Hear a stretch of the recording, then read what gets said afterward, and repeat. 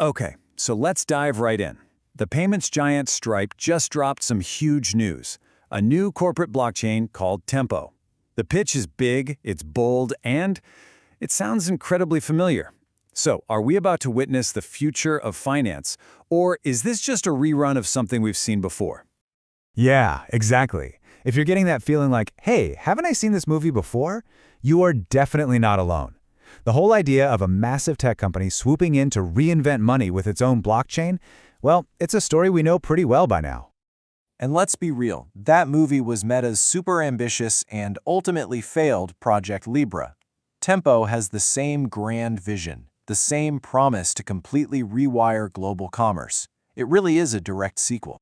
And that is the billion-dollar question, isn't it? Can Stripe actually pull this off and write a different ending?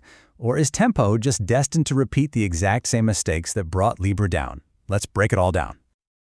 Okay, so what exactly is the pitch for this sequel? Let's take a look at what Stripe is bringing to the table with Tempo, because, on the surface, it looks like a total blockbuster. The whole launch package is just classic Silicon Valley. They've assembled an all-star team, they're using state-of-the-art tech, and they've got this roster of impressive partners that, get this, even includes one of the very card networks it's supposed to disrupt. And of course, they're wrapping it all up in this big promise of neutrality. But what's the why behind all of this? Well, this chart tells the whole story. For a simple $100 purchase, a standard credit card fee is over $3. On-chain, that same transaction could cost 50 cents. That huge difference, that's the prize. That is a massive economic incentive to go after. So, let's be crystal clear. This is not some small side project. The ambition here is to fundamentally replace the old system. Stripe wants Tempo to become the main way money moves around the world for absolutely everything, from huge global payouts to your everyday online shopping. Of course, you absolutely cannot talk about a tech giant building a payment blockchain without talking about the ghost in the room, the project that came before it. This quote comes from someone who was right on the inside of the Libra project. And they admit that Silicon Valley hubris was a huge part of the problem, this belief that you could just code your way around centuries of financial regulation. They announced their plan with all the subtlety of a foghorn, and well, the incumbents immediately sharpened their pitchforks. And this table perfectly illustrates the simple bull case for Stripe. The argument goes like this. The timing is better now. Stripe's brand is way more trusted than Meta's ever was, and they've had a front-row seat to learn from all of Libra's very public mistakes. On paper, it really does look like a slam dunk. So, case closed, right? Tempo wins? Well, not quite.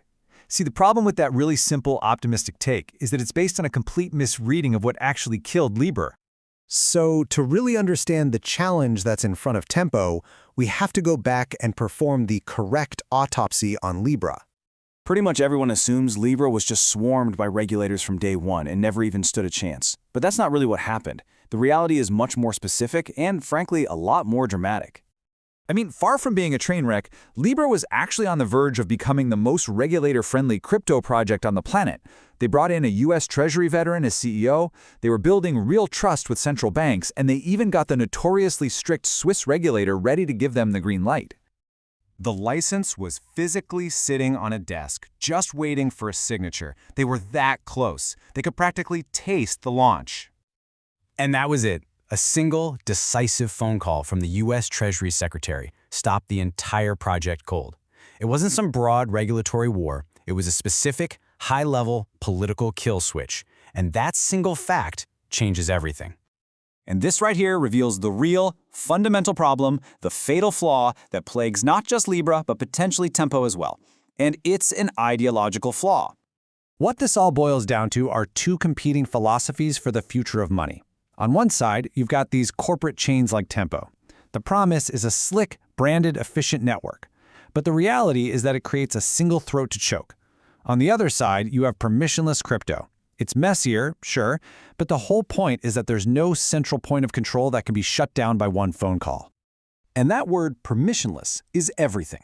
It is the one thing that makes crypto fundamentally different.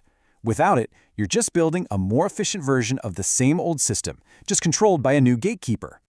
And we have seen this cycle play out with the big internet giants time and time again.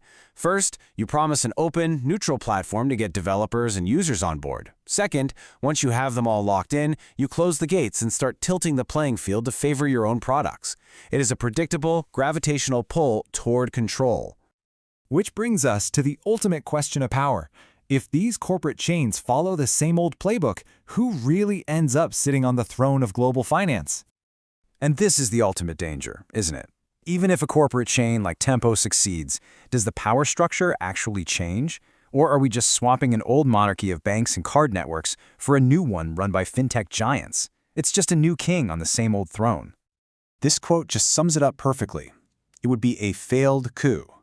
The underlying technology might be new and shiny, but that centralized control would remain. The throne would have a new occupant, but it would still be the same throne. And that brings us right back to our original question. Is Stripe's Tempo truly a revolution? Or is it just a slick, well-funded sequel to a story whose ending we might already know? That, right there, is the question that will define the next chapter of finance.